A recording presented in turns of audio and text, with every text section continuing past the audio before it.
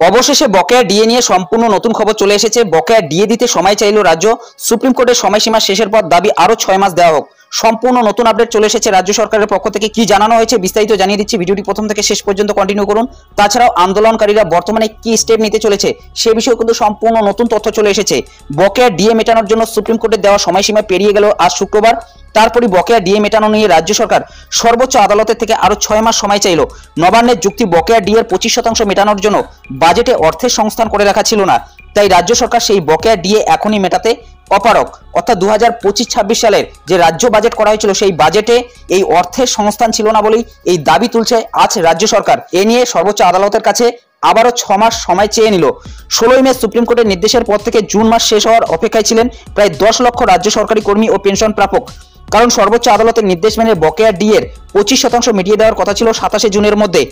আজ সেই 27 জুন রথযাত্রা, তবে রথের চাকা গড়লেও ডিএ মিলল না। উল্টে জানা গেল আরো 6 মাস সময় দাবি করছে নবান্ন। কর্মচারী সংগঠনের হিসেব ও আদালতে সরকারের দেওয়া বক্তব্য অনুযায়ী বকেয়া ডিএ সবটা মেটাতে 41,770 কোটি টাকা খরচ হওয়ার কথা রাজ্যের।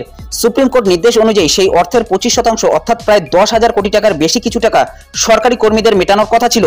এই প্রেক্ষাপটে দেখা যাচ্ছিল জুন মাসে রাজ্য সরকারের সিকিউরিটি নিলামে রেখে রিজার্ভ ব্যাংকের মাধ্যমে 7,500 কোটি টাকার ঋণ নিয়েছে মমতা বন্দ্যোপাধ্যায়ের সরকার, যা তার মেয়াদে এক প্রকার রেকর্ড। কোনো একটি মাসে রাজ্য সরকার এক লপ্তে এত টাকা ঋণ নেয়নি। এই অবস্থায় কর্মচারী মহলে আশা তৈরি হয়েছিল তবে বুঝি এবার বকেয়া ডিএর 25% পাওয়া যাবে, কিন্তু এবারও তাদের হতাশ হতে হলো।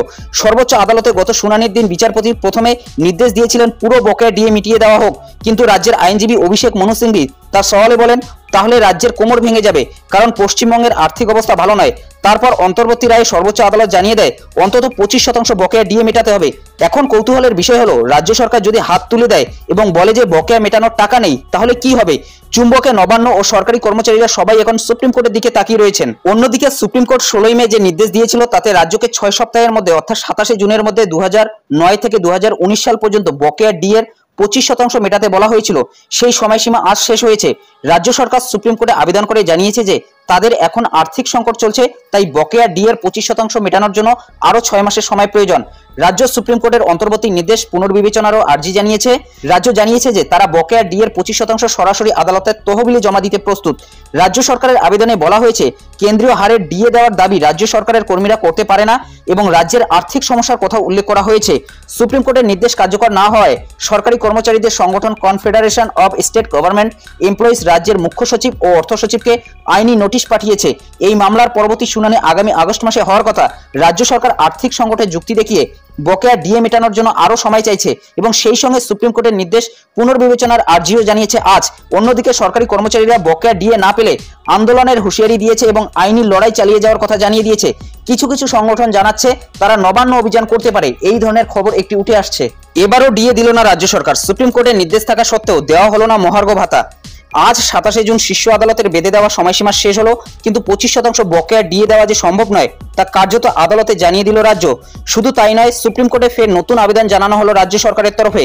মহার্ঘ ভাতা অর্থাৎ ডিএ নিয়ে রাজ্যের সরকারি কর্মীদের আন্দোলন দীর্ঘদিনের। শেষ পর্যন্ত আদালত 6 সপ্তাহে সময়সীমা বেঁধে দিয়েছিল। রাজ্যের আরো কোনো যুক্তি না শুনেই শীর্ষ আদালত স্পষ্ট বলেছিল বকেয়া ডিএর 25% দিতেই হবে। আশা দেখেছিলেন রাজ্যের সরকারি কর্মীরা, কিন্তু শেষ পর্যন্ত টিকলো না সেই আশাও। আজ 27 জুন শুক্রবার বকেয়া ডিএর জন্য নির্ধারিত সময়সীমা শেষ হলো। এদিনই আরো 6 মাসের সময় চেয়ে সুপ্রিম কোর্টে আবেদন জানালো রাজ্য সরকার। রাজ্যের যুক্তি, বকেয়া ডিএ দিতে যে পরিমাণ অর্থ প্রয়োজন চলতি অর্থবর্ষে সেই অর্থ বাজেটে বরাদ্দ করা হয়নি। অর্থাৎ 2025-26 সালের যে রাজ্য বাজেট হয়েছিল সেই রাজ্য বাজেটে এই অর্থের কোনো যোগানই ছিল না। সেই কারণে কিন্তু আবারও 6 মাস সময় চেয়ে নিল রাজ্য সরকার।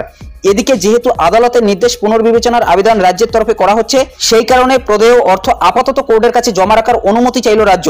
কারণ রাজ্যের বক্তব্য কর্মীদের ওই অর্থ দিয়ে দেওয়া হলে পরবর্তী সময়ে যদি এই নির্দেশ রাজ্যের পক্ষে যায় তাহলে টাকা উদ্ধার করা সম্ভব হবে না।